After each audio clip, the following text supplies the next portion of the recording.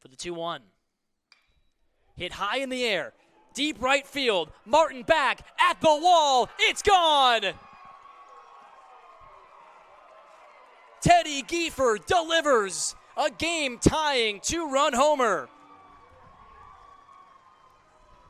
And it's now UMary 4 and Minnesota Crookston 4 here in the bottom of the 8th. Kyler Essink led off the inning with an opposite field base hit. He's over at first with one away. Wayne State at the plate, trailing 1-0 in the top of the second. Cunningham swings and hits it high in the air. Deep right center field. Outfielders giving chase. They can't get it. It hits the base of the wall on the fly. Essink getting waved around third. Here comes a relay. Sends throw to the plate. Out of bounds. Is not in time. Essink scores from first on Nathan Cunningham's RBI double. And that's back-to-back games where he's driven in a run. We are tied. Wayne State 1 and Minnesota Crookston 1.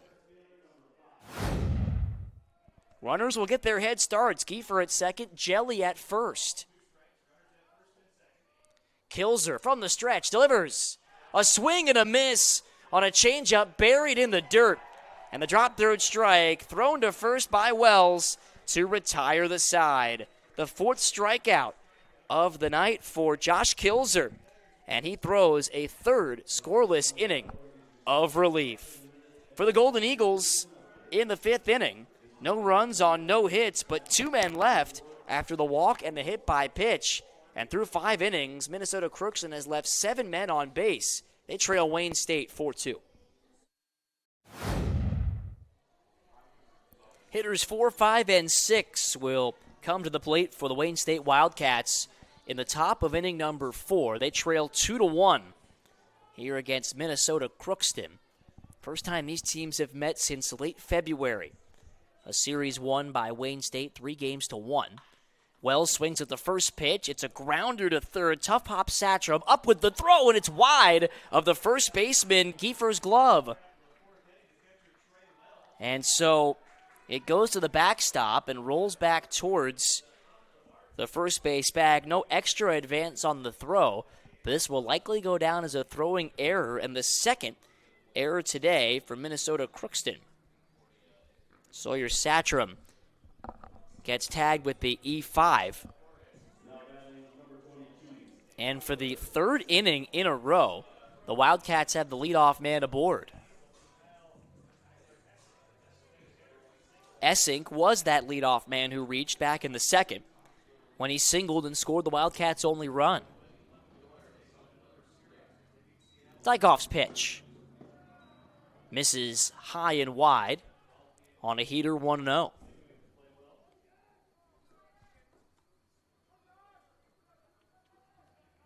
Kyler Essink twirling his bat in the right-handed batter's box. The catcher from Bennington, Nebraska, DHing today. Now he swings and ropes one in the air towards the right field corner. This has carry, and it drops, hitting the right field line on the second bounce.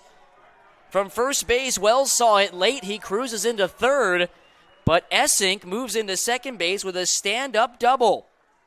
He's the go-ahead run at second base with nobody out.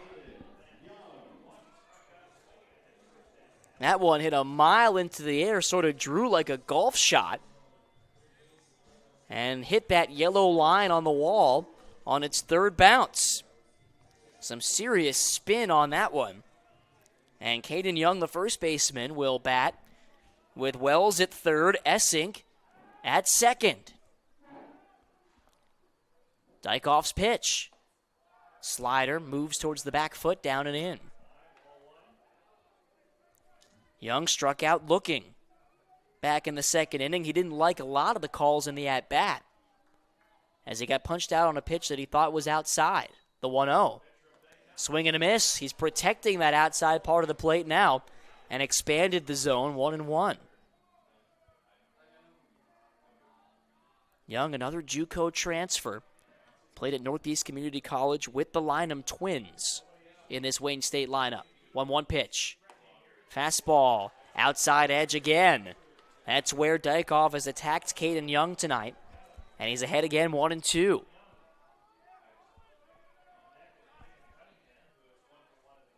Looking to lift it to the outfield and tie the game, the 1-2. Swung on and tapped foul, a defensive swing by Young, who was a Crookston killer. Earlier on in the year, we mentioned that series that Wayne State took 3 of 4. Young was 7 for 14 in said series. Really got him out of an early season funk. The 1-2 to the lefty. Swung on and missed. A drop third strike. And with the runner at third getting a quick look, the catcher Wensloff throws over to first to complete the strikeout. Wells retreats to third base after creeping down the line on that throw. And Young down on strikes for the second time this evening. So some light at the end of the tunnel here for Dykoff in the fourth. Wells at third base, who reached on the air, and then Essink, who doubled, still standing at second. Nathan Cunningham, an RBI double his first time. And he takes one low off the foot of Wensloff to the backstop. Wells down the line. He'll score the tying run as Essink moves up to third base. On a wild pitch, it's now Wayne State 2 and Minnesota Crookston 2. The miscues in this inning, including the error and the wild pitch, helping the Wildcats manufacture a run. And they can take the lead now with Essink at third base, still only one out. The 1-0 pitch to Cunningham. Taken for a strike. Outside edge or somewhere thereabouts. The outside corners have been lenient for both pitchers in this one. Dykoff now working from the windup. Delivers. Breaking ball just downstairs. Cunningham ID'd it early. Nate from Elkhorn, Nebraska in his sophomore season.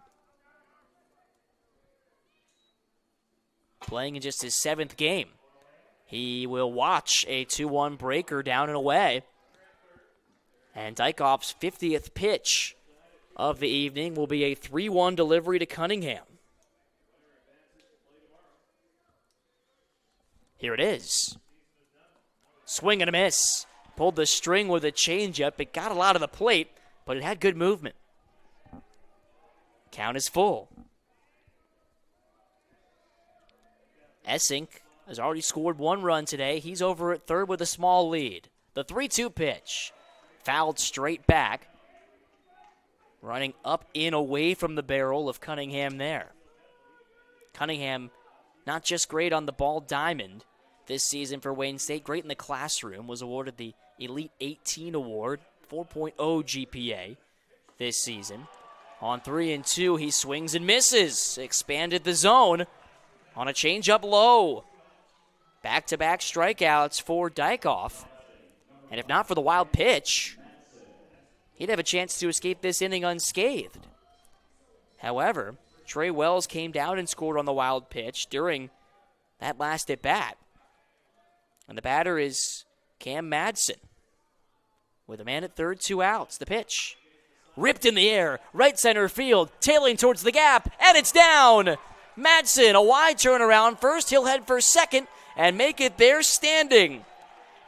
Essink scores, and the Wildcats have taken their first lead of the day.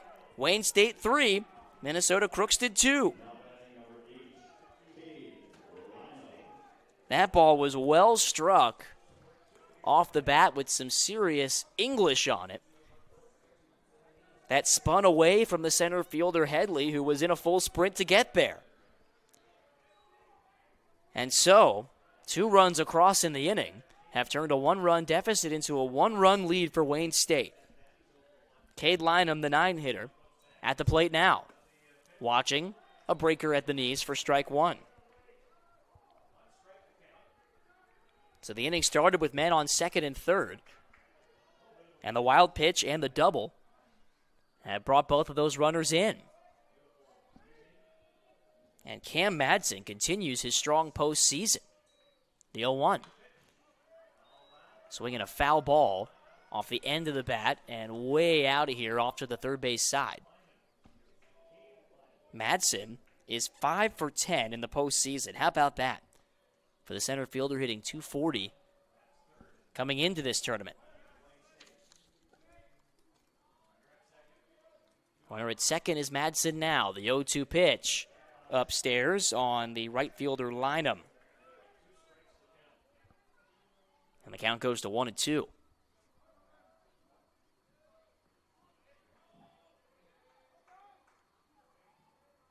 Dykoff nods in at the sign, working from the stretch. The sophomore kicks and fires. A breaking ball waved at and tapped foul. A little cue shot up the first base line, settling to a stop on the grass.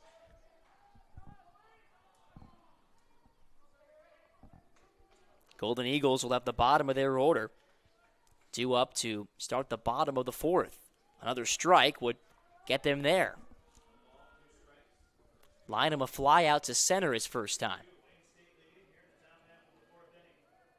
Dykoff, the 1-2 offer.